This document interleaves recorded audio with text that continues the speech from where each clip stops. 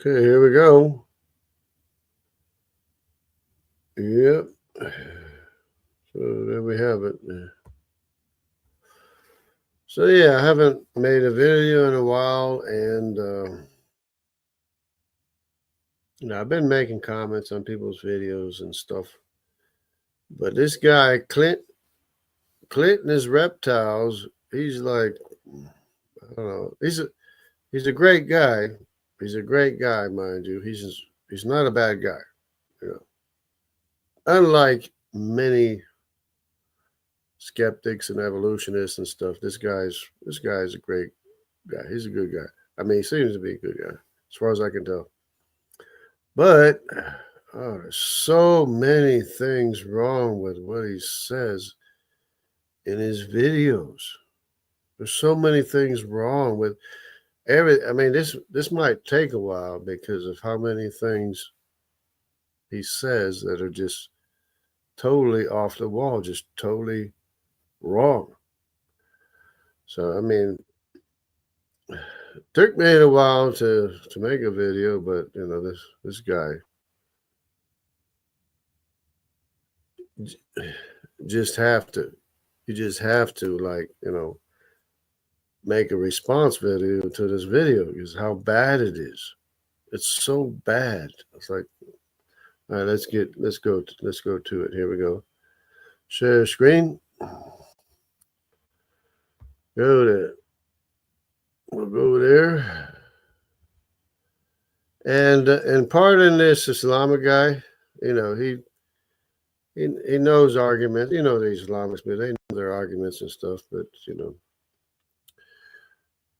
But it's they're a little bit annoying. Make sure I got everything good. Everything's good. I got everything good. Okay, hopefully everything's good. Hopefully there's sound. That should be sound too. But just pardon this Islamic guy. He's like wired up and everything to himself, but you know. But the commentary is on not only this guy but other guys too, you know, including, you know, people we know and stuff. So let's just get into it and just go ahead and play the video, and we'll respond to whatever they say. You don't have no idea how Darwinian evolution works. I have a basic idea, that's it. If you're going to question me... Okay, let's check your basic idea. What's your basic idea? Selection through mutation, that's the basic idea. Natural selection through mutation. Let me just tell you something. I'm not someone who gets angry often, but I'll tell you something that just really pisses me off. When somebody tries to make claims and you shoot down those claims, and then as you've beaten them on the floor, they decide to shout something back at you, like, huh, what did you say? And then they try and defend themselves. You're telling me the basic that you understand about Darwinian evolution is this. It's natural selection plus mutation. Well, guess what? That's not even Darwinism. It's natural selection plus random mutations. So what? If it's natural selection plus mutations, guess what it becomes? Epigenetics, orthogenetic evolution. So even though you are slapped... Yeah, forgive my computer. My computer hasn't been running for a while, so it's like trying to update everything and stuff like that. So it's not working really good.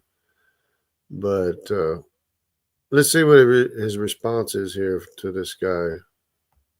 On the floor, you said, no, I do understand something. I'm just going to tell you, this is what I understand. 2 friggin' terms, mutation and natural selection, and you still got it wrong.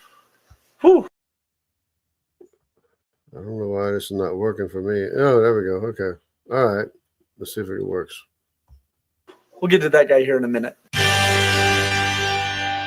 This is Clint. Darwinism is a religion, a belief system that's taken by faith. And I'm not complaining about religions and taking things by faith. Rather, I'm saying Darwinists have taken up the wrong religion and they don't realize that they're operating by faith. And the faith of Darwin.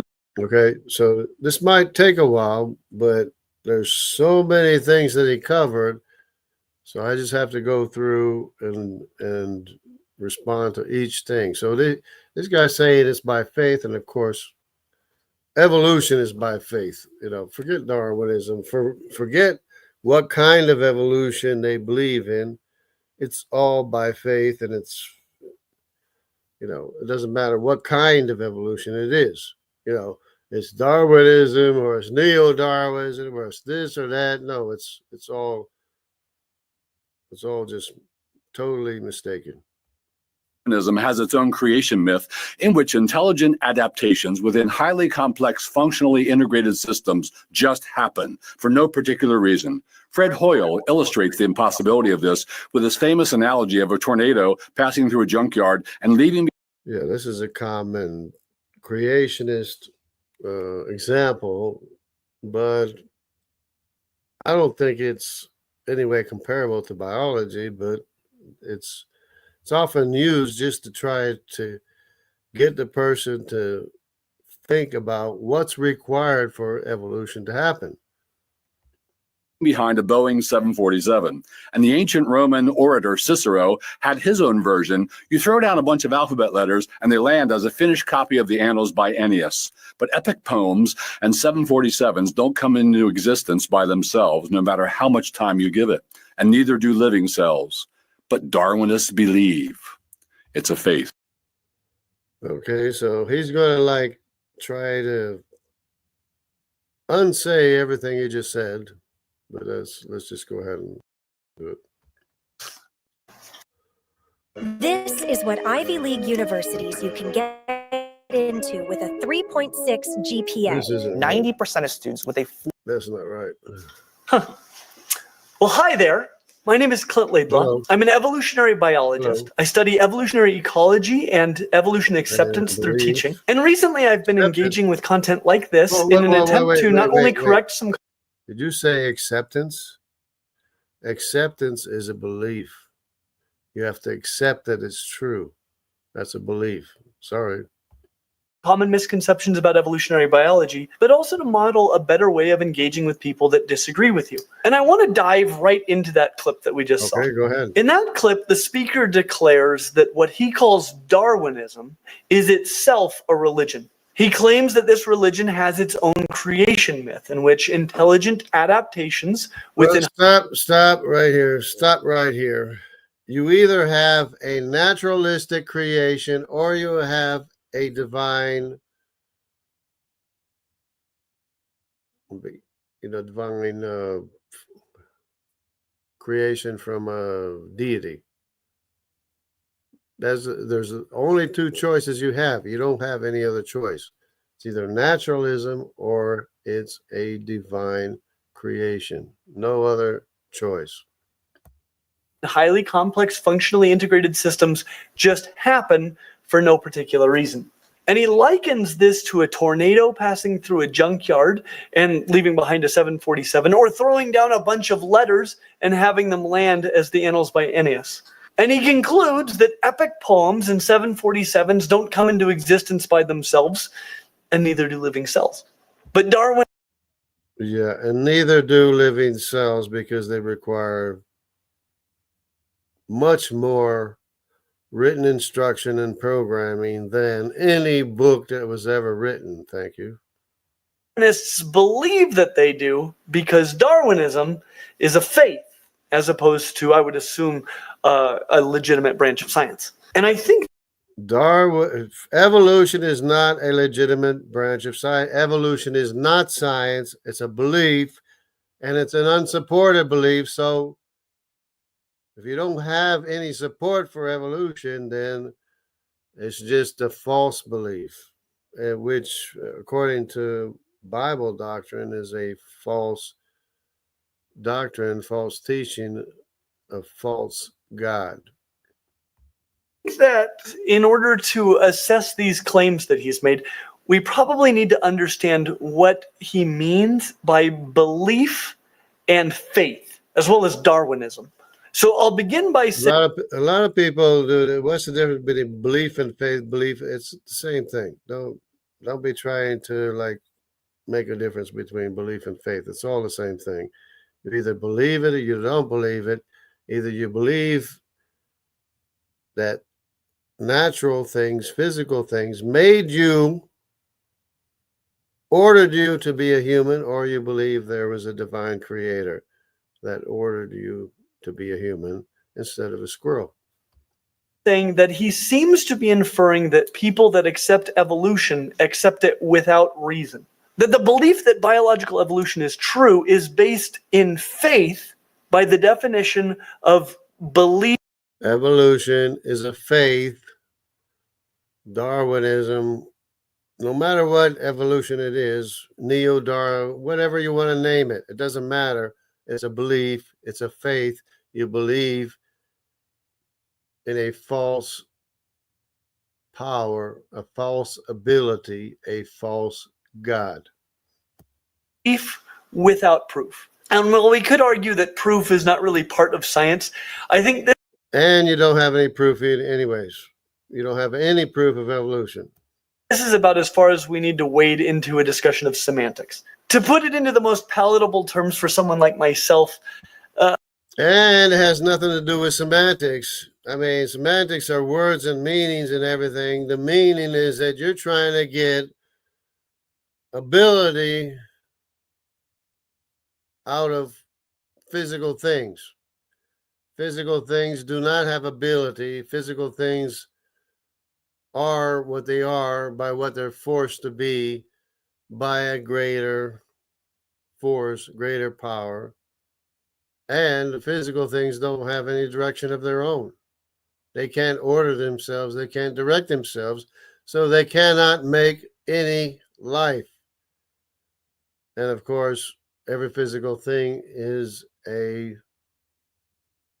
working part, which is by design.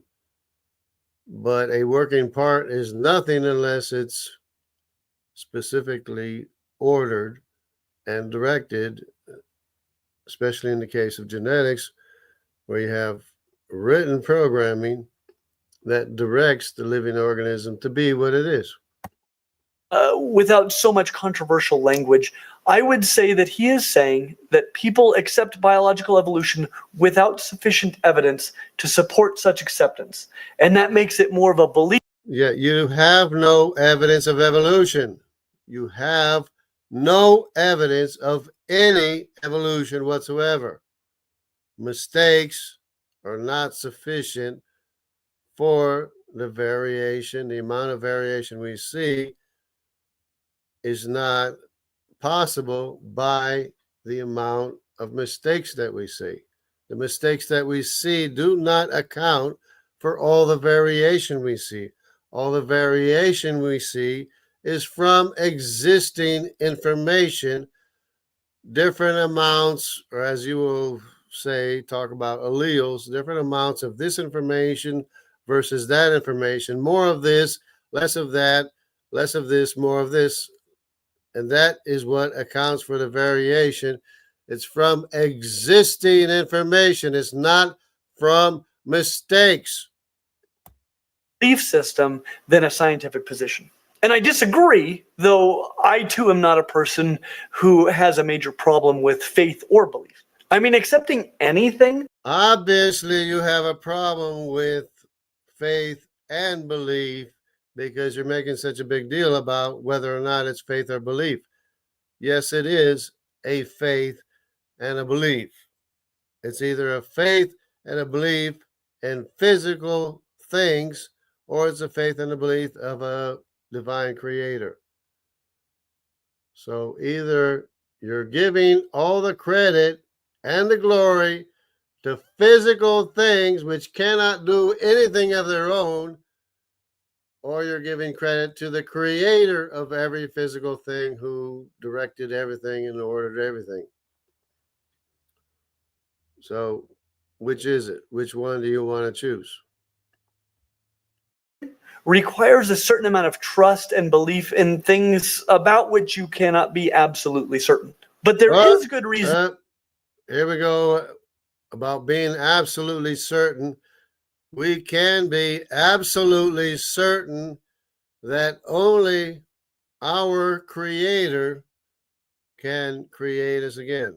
That is the absolute truth. That is the whole entire teaching of the gospel and all the prophecies and all the everything that everybody suffered and went through, is that only your Creator can create you again, because only your Creator can perfectly cover for you and remake you again from the inside out by the power of the truth of his true word like no one else ever can. It's the power of the truth of the gospel that's going to remake you again from the inside out. That's what Jesus talked about, being born again, being born of the Spirit from the inside out, changing your heart, changing your desires. That is the only truth, the absolute truth that there is anywhere in the universe. To accept evolutionary theory as being the best model we have ever had for explaining the diversity of life. Evolution is pathetic. It's pathetic. It doesn't explain anything. It doesn't account for anything. It doesn't give you insight on anything. It doesn't exist because it doesn't exist. Evolution doesn't exist. I told you this might be a long video. Life on Earth. However, I personally am not closed off to the potential that I could be wrong, at least of a strong. Okay. This is where he's not such a bad guy, because he is wrong. Obviously, he's wrong. Clint, you're wrong. So walk down that trail, go down that rabbit hole, whatever, you are wrong. Evolution is wrong. There is no such thing as magical matter or magical morphin monkeys, which the AI prohibits me from responding to people and saying, your belief is in magical matter, magical morphin monkeys. And it deletes it every time I say that. Cases made against it. In this case, he backs up his claims with analogies to a tornado in a junkyard and letter toss. Here you go with analogies again. We're trying to get you to see how totally, utterly impossible evolution is. And he is right that the tornado will likely never create a 747, nor the toss. Okay then.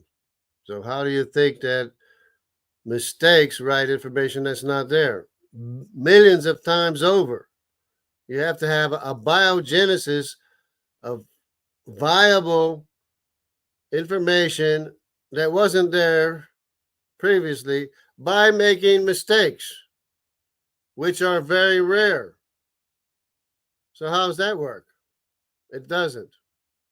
There's no possible way for any evolution to take place. The variation we see is from existing information, not by making mistakes.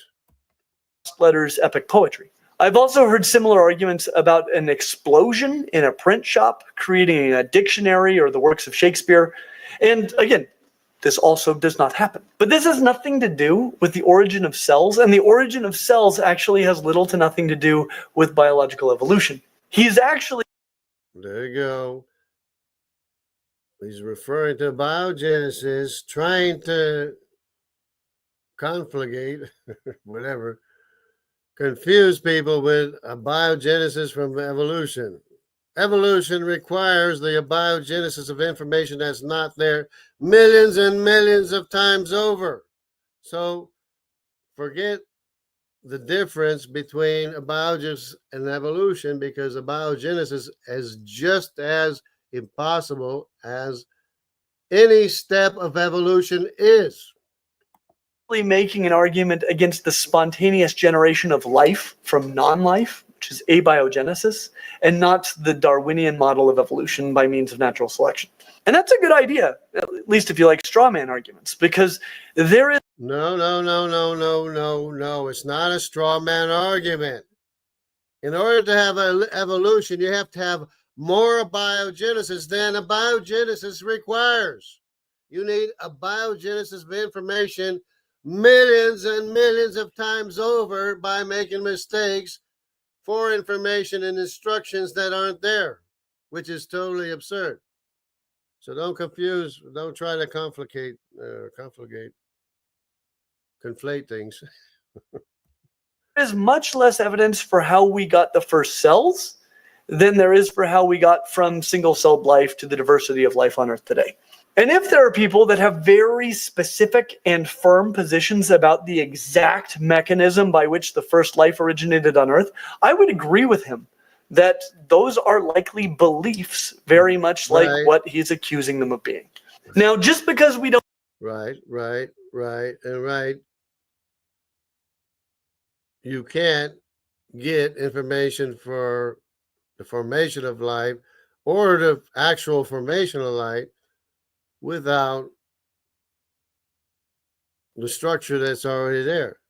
But then again, you can't change the life to be something else without a whole complete different set of instructions by making mistakes, which is the only mechanism evolution has to get information that's not theirs, by making mistakes to the information that is there. And it's like it's a fling in a prayer or hope in a prayer, whatever, that it happens, which is totally absurd. It's a shot in the dark. You're going to miss every time. don't know something doesn't mean that it has a supernatural explanation. That is the concept of God of the gaps, the notion essentially that God. No, we do know that life requires specific instructions, and you can't get specific instructions by making mistakes. It's not no God of the gaps. It's absurd. God is the explanation for all that we don't yet understand in the universe. But in my opinion, that's a very silly concept. There is. Again, it's about what we do understand. We do understand that life is created every time something is born. This is a completely new creation, unlike what has ever happened in the past from existing information. Already you have variation from existing information because you have two parents, father and mother, and never is the same information going to be used to create an offspring unless it's an identical twin. Then they're identical because they're using identical instructions from the father and the mother. But otherwise, the next time a child is born, it will never be the same. Much that we understand about the universe that we didn't understand 50 years ago. The gaps, they just keep getting smaller. And that's irrelevant. It's irrelevant what you don't understand about the universe. We do understand very, very, very much about biology, and it's from existing information that does not occur by making mistakes to information that's already there. has little to nothing to do with whether or not the supernatural or God exist. The existence of a God or gods is not predicated on how well we understand the natural. We're not talking about gods. We're talking about science. We're talking about the information required to make a living organism. Don't be jumping to gods or deities or this or that or the other thing. Stick to the information that we have, the information what we're talking about. We're talking about genetics. It's a given set of directives and instructions that do not write themselves. So, yeah, you want to jump to God already? Okay, fine. Jump to God. Because your natural mechanisms are not going to give you specific instructions to be either a squirrel or to be a human. Nature is not able to do that. Mistakes are not able to do that. Natural world. So while we have many reasonable, at least partial explanations for how life may have originated, we don't know. We may never know. No. It's an extremely challenging. We do know. we do know what we see. We do know that we are the result of a given set, a given genome, a given set of instructions from both the father and the mother. We do know that's why we are here. And every time someone is born, there is a creation of a human for the first time that never existed before from existing information that was already there shuffled around.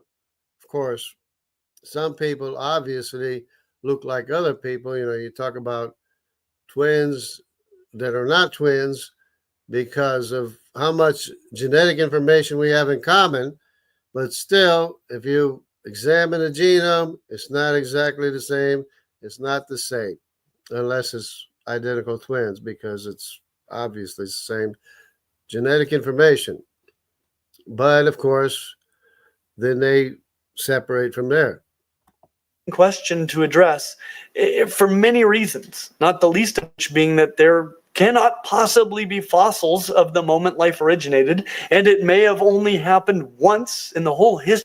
Here we go with the fossils. This is another topic, the fossils he gets into. Of course, we've been through fossils. We know about fossils on top of the Mount Everest and the Andes and the clamshells that are closed, and we know all about that. History of Earth several billion years ago under conditions that we poorly understand, even if it happens every few days. What do we poorly understand? We don't poorly understand what we see. We know about the fossils. We know fossils are very rare. They don't happen except under extreme circumstances, which includes pressure and things like that, which don't occur today, at least when animals die. So that's why you have the clams, when they die, they open up. Somewhere on Earth, what are the chances that we would be able to observe it occur? It's a difficult question. And most importantly, not Darwinism. If you hate constantly being swarmed by ads, you need to download Pi. It's a free Chrome extension that blocks ads on all your favorite sites. It even blocks ads that you didn't even know were ads. Imagine being able to scroll and stream completely uninterrupted. And that's not even the best part. If you opt in, Pi will give you cash back rewards for ads that you do see. And if you're still not convinced, just ask the thousands of users who love Pi. Can't even shut this thing off.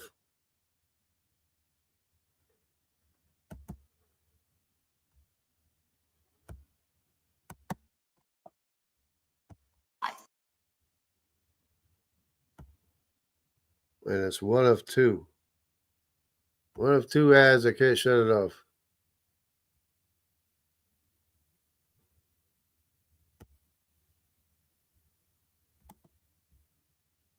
Oh my goodness. What are we going to have to do? Close this thing down?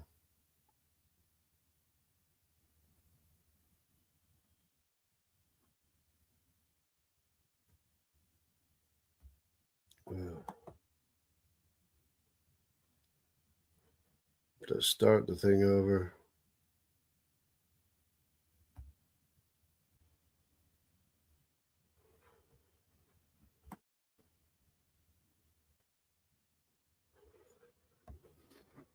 Well, they make it hard for us to do something, do anything.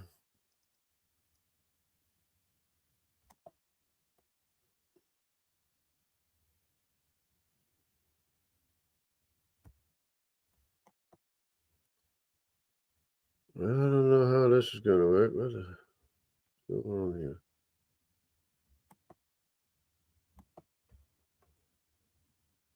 That's all froze it up.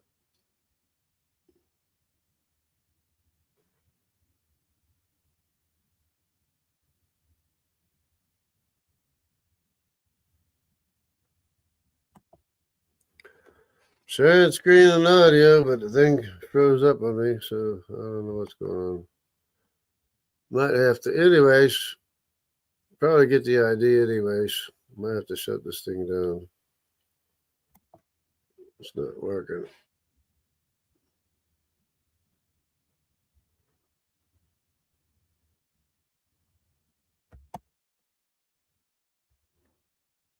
Not working. Very well.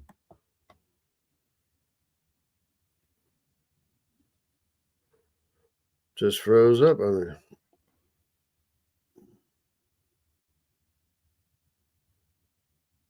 Oh, new ad blocker installed. Yeah, right.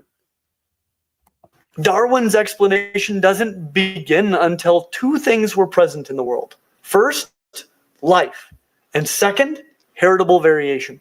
Darwinism is not an explanation for the origin of either of those things. Darwin did not. So, hold on a second.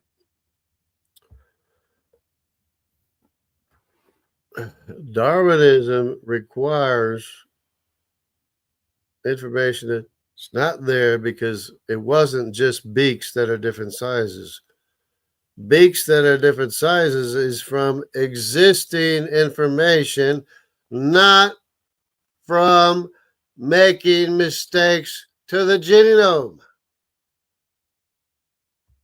Not know much about how life or variation came to be. But by the time Darwin came onto the scene, it was pretty clear from the fossil record. It's like how hard is this to understand?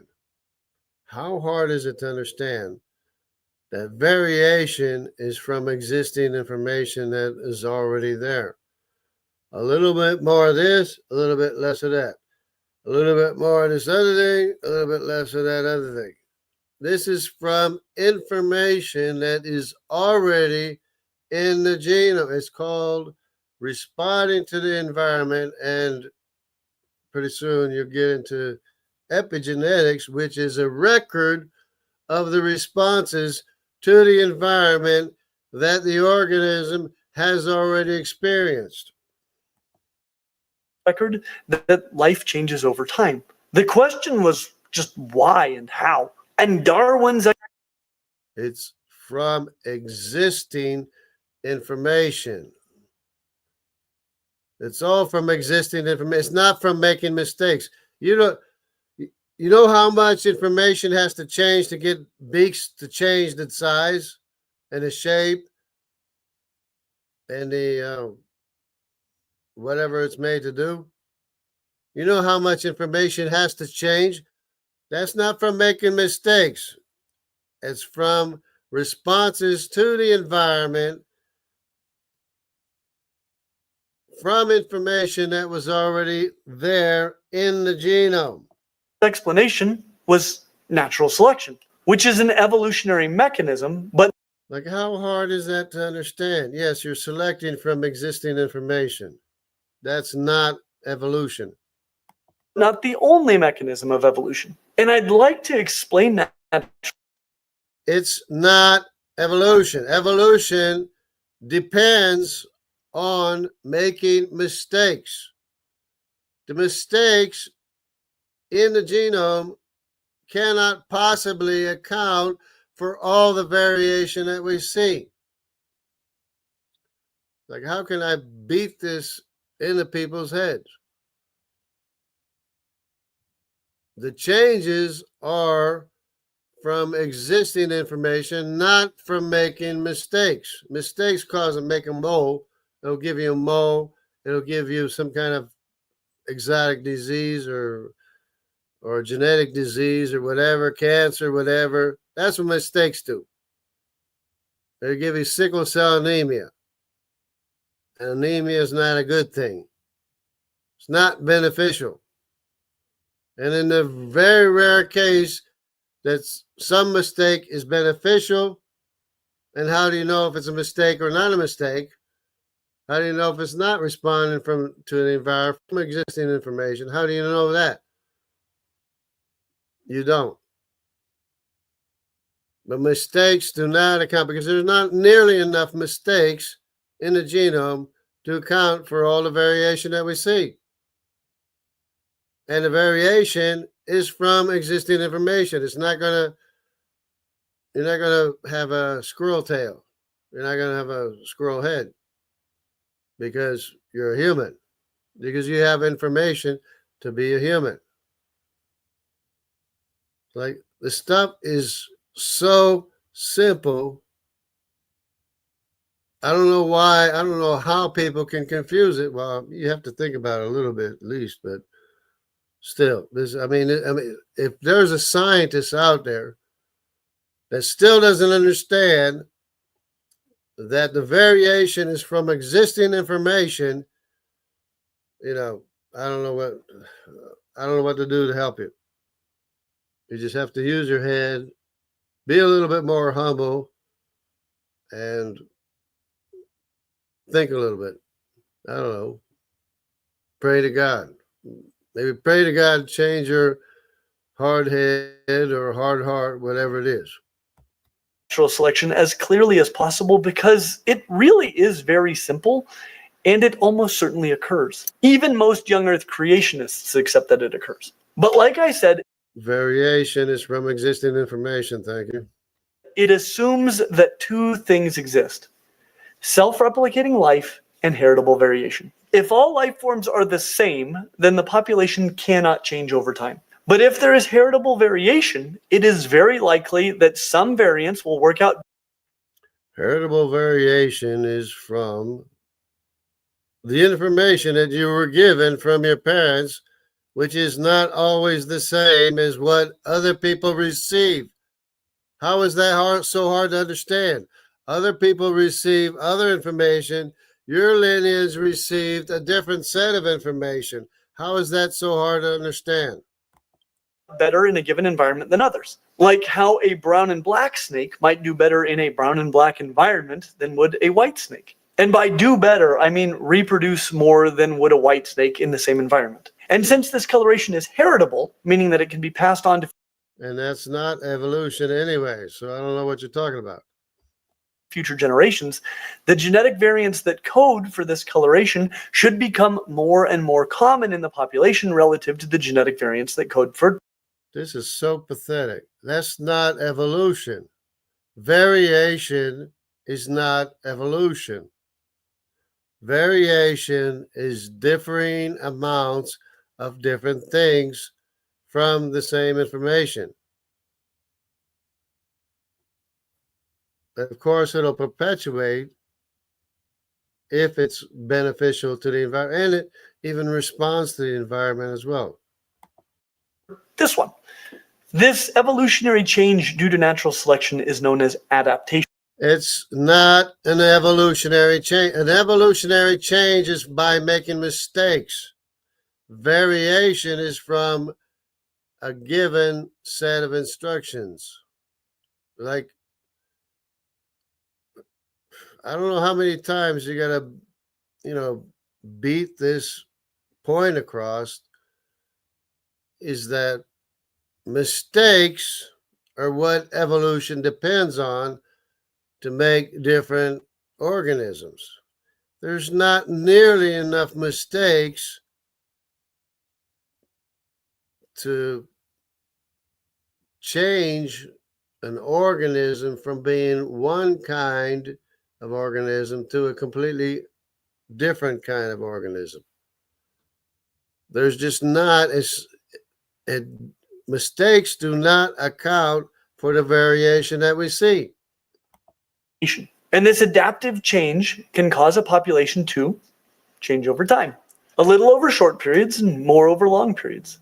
Today, right, but you're not going to change a dog into a whale or a cow into a whale. It's not going to happen. Not only is this supported by evidence, but so much that it's not evident. There is no evidence of a cow turning into a whale. There is no evidence of a seal turning into a whale or a dog turning into a seal. There's no evidence for that. There's not nearly enough time for that. And there's not enough mistakes to make that happen, beneficial mistakes, which are virtually non-existent. There's not nearly enough beneficial mistakes to change a dog into a seal, or a bear into a seal, or a bear into a whale, or whatever you want to imagine. There's not enough mistakes in the genetic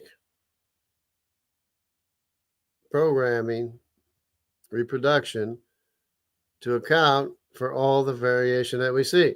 And the variation is limited to the information that's already there anyways. Clint? Most creationists even accept that this occurs, as we explained in this video, where we presented our steel man of the creationist position. So Darwinism is not only something that we do not need to take on faith, but Darwin was trying to, well, he tried to extrapolate. He said from the variation that he saw, he tried to extrapolate with millions of years that maybe it came from something else, but you don't have millions of years and you don't have viable mistakes to write viable programming that's not there from mistakes, by making mistakes. It's non-existence. It's a faith. You have a faith. You have a belief. And it's a false belief. It's a false belief. You believe in false powers, false abilities of physical things. but it's not really questioned even by creationists. Many question how much total change is possible and that the Earth is not old enough to result in major change, but that natural selection occurs is generally considered self-evidently true. And that is the big difference between how Natural selection doesn't change the thing from being what it was ordered and directed to be. we would get from primitive cells to a diversity of life from how we would get from a tornado to a 747. There is no known mechanism for making a 747 from strong. There's no known mechanism for evolution to happen. The only mechanism that evolution would have is from making mistakes. Making mistakes is not a mechanism for writing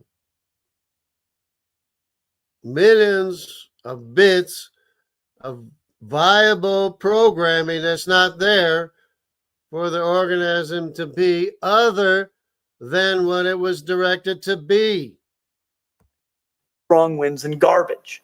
But there is a clear mechanism for how we get from one type of life to multiple and different forms of life. So trying to claim that the There is no mechanism for the life form to be something other than it was ordered to be. Mistakes do not account for the variation that we see, and mistakes do not write millions of bits of written viable programming instruction that's not there for it to be something other than what it was directed to be. possibility of one has any bearing on the possibility of the other is just false. Just because hammers can't give birth to hammers doesn't mean that humans can't give birth to humans. And just because throwing letters doesn't create a specific book doesn't mean that life can't change and diversify as a result of non-randomly unequal reproductive success in populations. And even if the first Non-random mistakes are random anyways, well, they're not completely random, which means that they're not going to write instruction anyways. cell was created by God, specially and without any natural explanation, that wouldn't mean that Darwin was wrong. Because Yes, it does mean Darwin was wrong, because you cannot get viable programming, millions of bits of written instruction that's not there by making mistakes.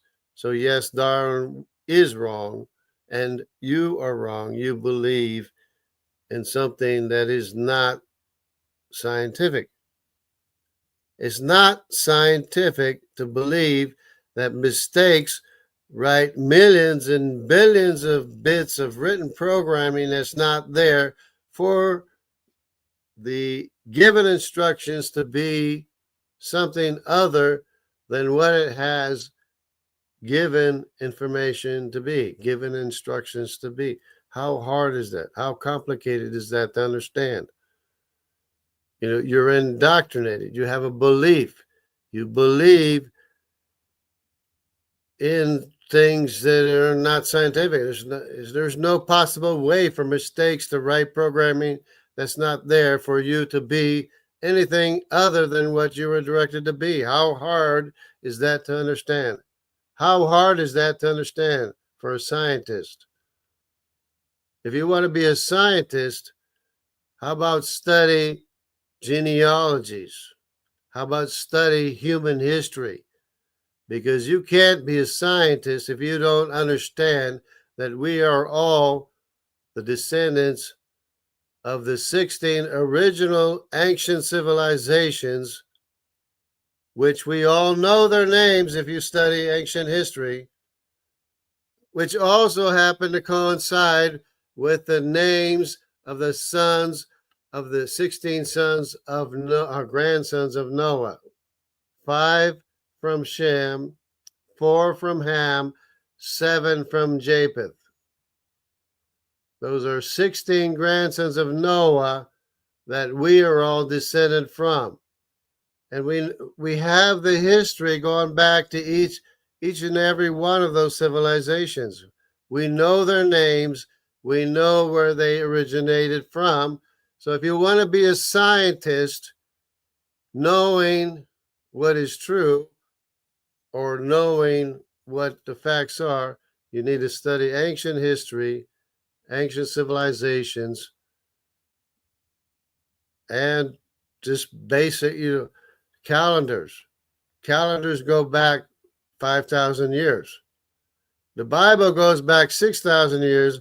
Calendars go back 5,000 years, which happens to coincide with the birth of Noah. So, if you want to learn something, you want to know something, study ancient history, ancient civilizations. We're all the descendants, direct descendants of the 16 grandsons of Noah to begin with. And all the fossils are the result of the deposition of sediments on top of what was buried by the global flood. That wasn't even what Darwin was attempting to explain. And if someday we have a great handle on the natural mechanism by which the first cell was created, that wouldn't have anything to do with whether or not a god or gods exist. There you go. You're conflating evolution with abiogenesis. Evolution requires millions and even billions of bits of written programming that's not there, the same as abiogenesis requires for the first life form. Evolution requires more abiogenesis than abiogenesis itself. Exist. So this seems like a pretty baseless attack meant to upset secular people that consider faith to be. We're not trying to upset people. We're not trying to upset anyone. We're trying to tell you what the facts are, what the truth is, and you have a hard heart or a hard head and refusing to listen to what we are saying.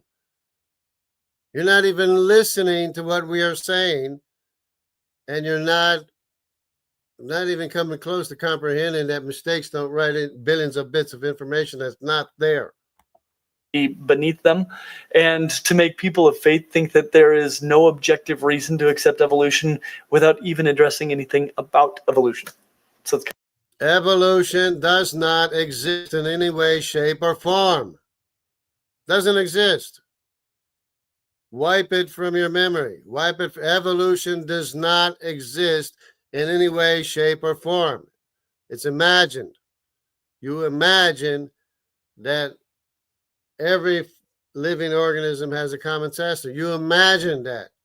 You don't know that. There's no science to show that. There's no reason for you to believe it, but you believe it anyways because you don't want to accept that there's a creator and that we're descended from the 16 grandsons of Noah. Kind of silly. Did you know that China has an artificial sun? No, really, scientists just set a record by sustaining a 17-minute plasma reaction. That's pretty incredible. Wow. When it comes to science, That's history, and even topics like evolution or too long anyways.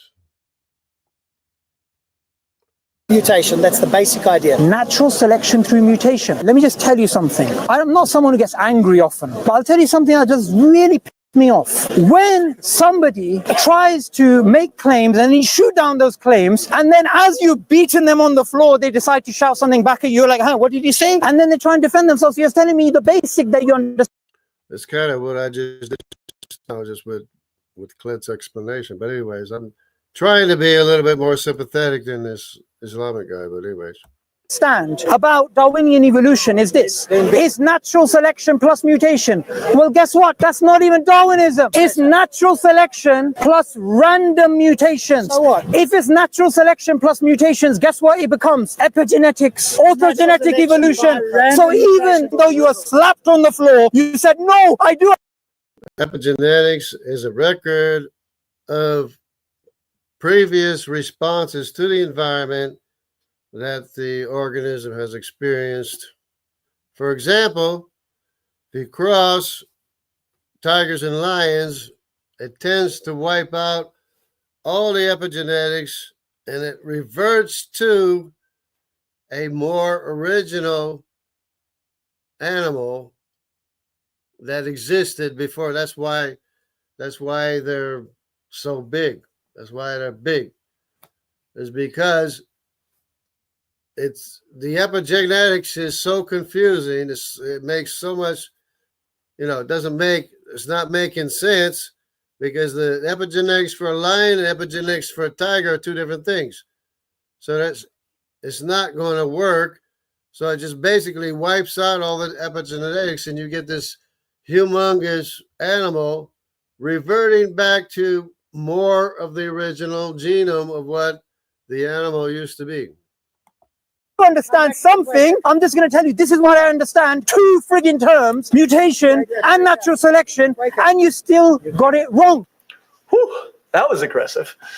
So here we have a discussion between this hostile gentleman and someone who confesses to having a rudimentary understanding of evolution. Okay, just because he's a hostile gentleman doesn't mean that he's completely wrong. In fact, I would suggest that the academics tend to be wrong about a whole lot of things, evolution, which is one of them. And not all scientists believe in evolution, but the ones who do, of course, are completely wrong about evolution. They're probably wrong about a whole bunch of other things too. And they're teaching children a whole bunch of nonsense. The hostile gentleman, who is the one who posted this video, tells the other man that he has no idea how Darwinian evolution works. To which the man with the basic understanding of evolution states that his understanding of evolution is limited to the concepts of natural selection through mutation.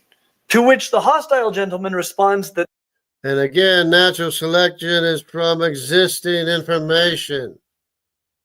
You can only select from what is already there, the instructions, the information that's already there. That's what you're selecting from. Sure, you'll select this information like this and like this, and the animal will look like that.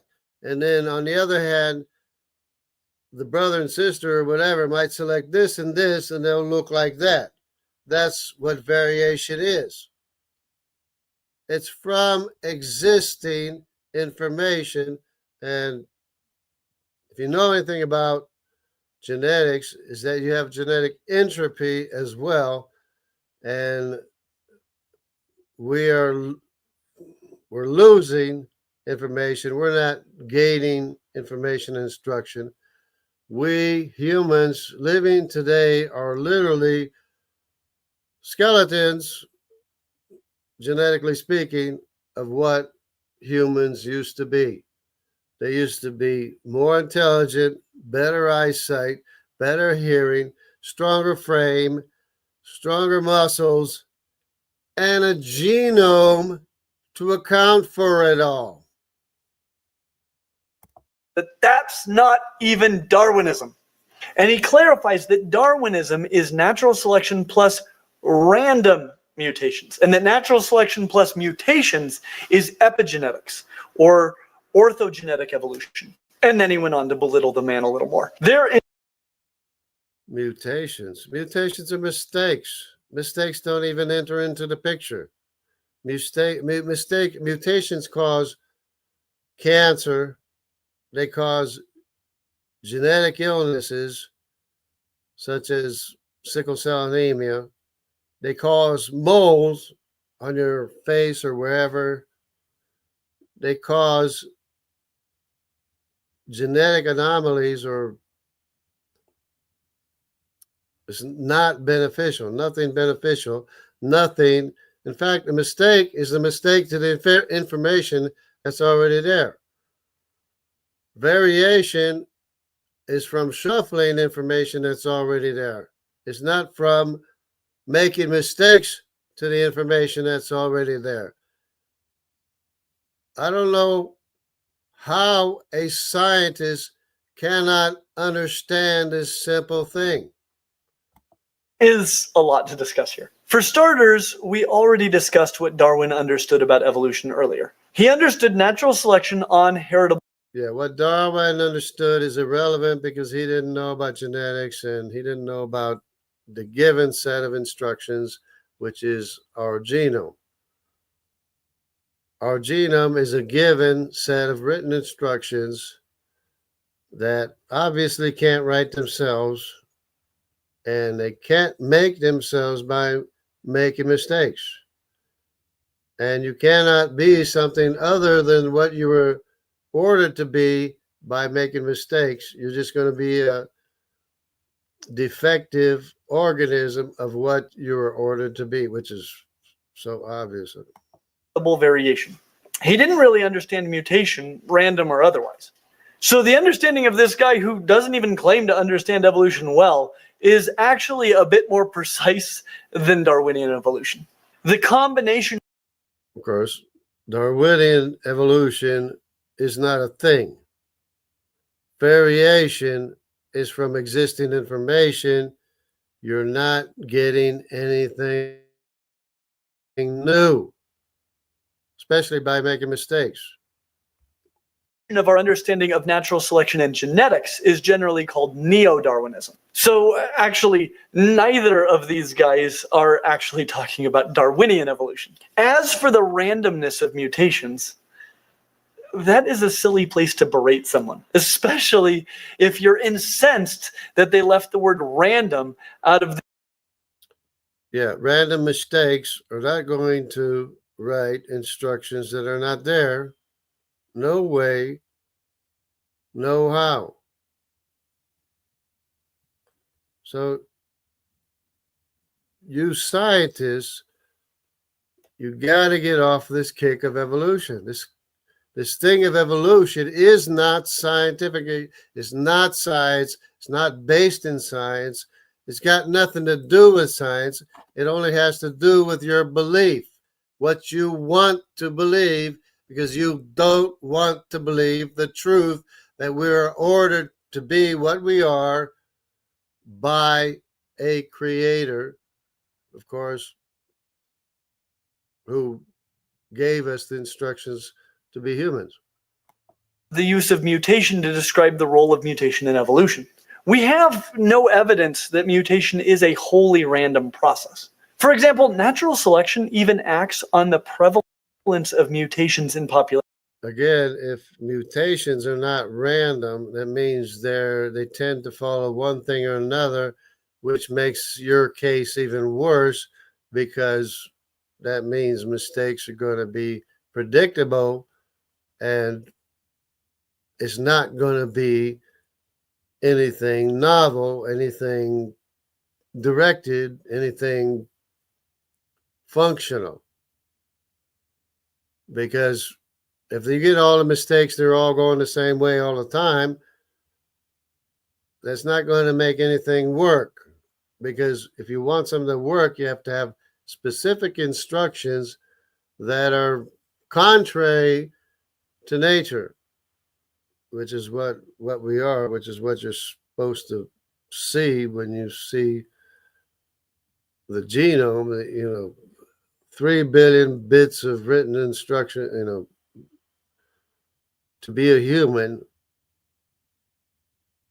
And obviously, none of those bits of written instruction were made by making mistakes, especially non-random mistakes that are predictable.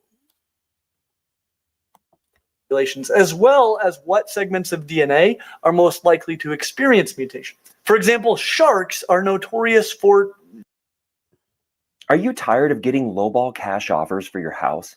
Not only will we buy your home fast, we'll also pay your next month's rent, mortgage, or cover your moving costs.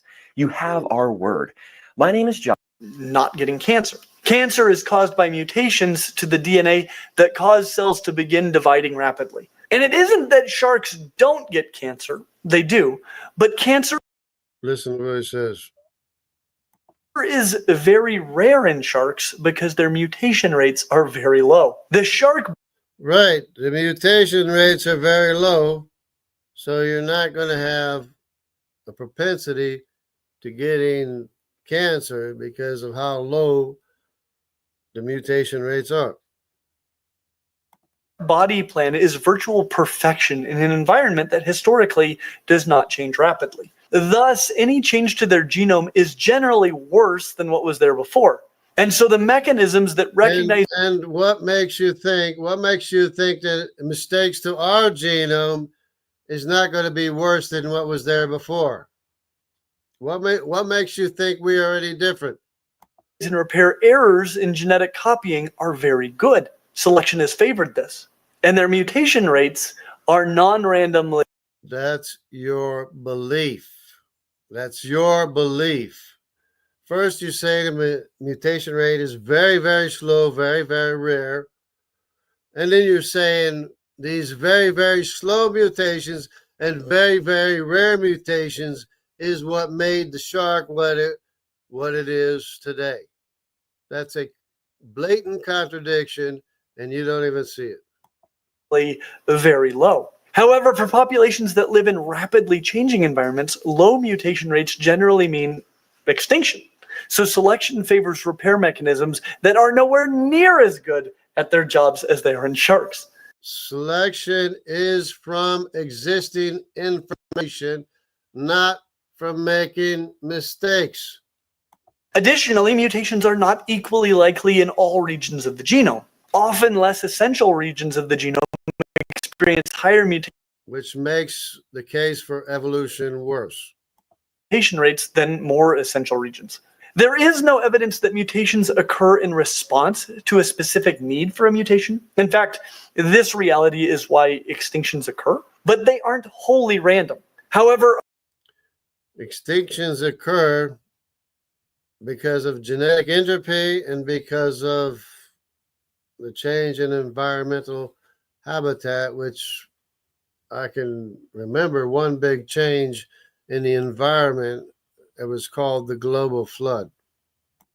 Our understanding of mutation is that which mutations occur at a given time are random, in that while we can predict the likelihood of a mutation and where it is most likely to occur in the genome, we cannot predict exactly which mutation will occur. And I think this is what he was getting at when he became incensed that the word random wasn't used. And I think that the cranky man got so cranky because he wanted to talk about... Yeah, that's kind of irrelevant. Anyways, I can't spend all night, but I've been repeating myself so much that, might as well just go ahead and watch the video yourself. And we'll see what we got here going, anything, if anything.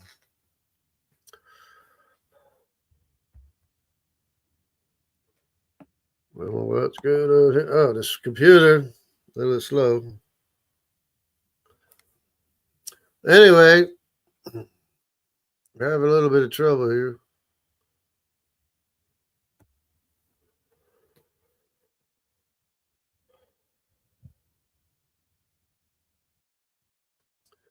So hopefully this thing will go. If not, well, I still have to sign off anyways. There we go. We got Dogies. We got Dogie Dogie, Christian Carpenter, Dokie Dokie. And he claims to believe in God. Clint claims to believe in God. He's going to have an embarrassing first day in heaven when he realizes he was fighting against God's word. Yep.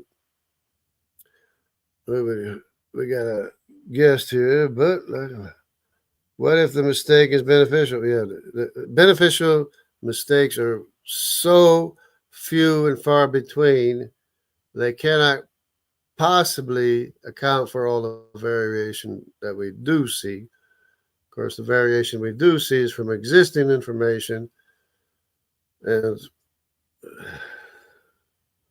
it's only going to be a variant of what is already there. It's not going to be something other than what it was given information to be.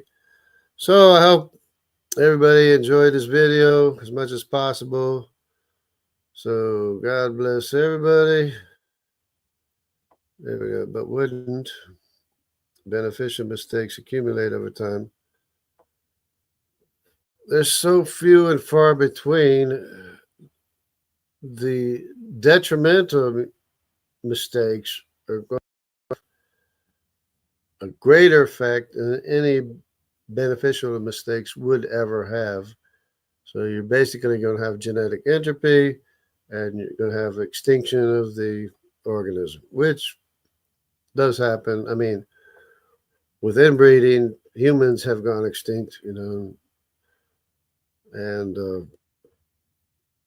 animals are more versatile than humans. Humans are more susceptible to inbreeding and things like that. You can take two sheep and put them on an island, you have a whole bunch of sheep.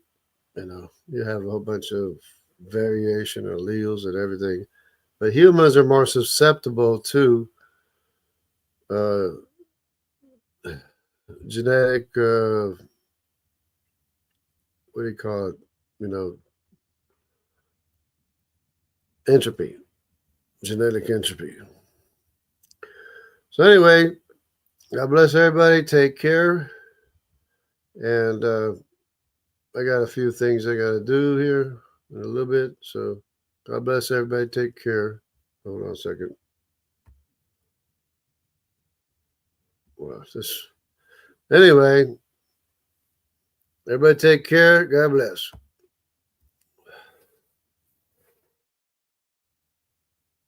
If it'll work.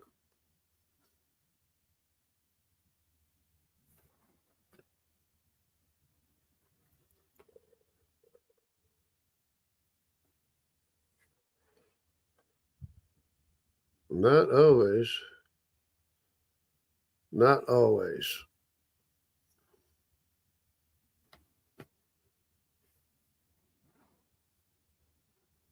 I mean, you're holding on to your faith. You're holding on to your faith that mistakes are somehow going to allow us to live or make us live in the first place. That's a faith. That's a belief. It's not science. When all the evidence is showing that mistakes are bad.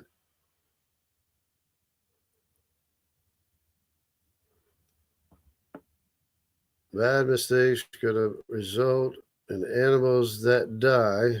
Not always. Well, I mean, with genetic entropy, the organism is going extinct anyways. It's going to be gone. Anyway, so yeah, it's going to die. Yeah, mistakes make animals die. Well, if it's not this time around, maybe the next time around, maybe the other time around. But mistakes are not good. And they definitely don't account for all the variation that we see. They do not account for why humans exist. Everybody take care. God bless.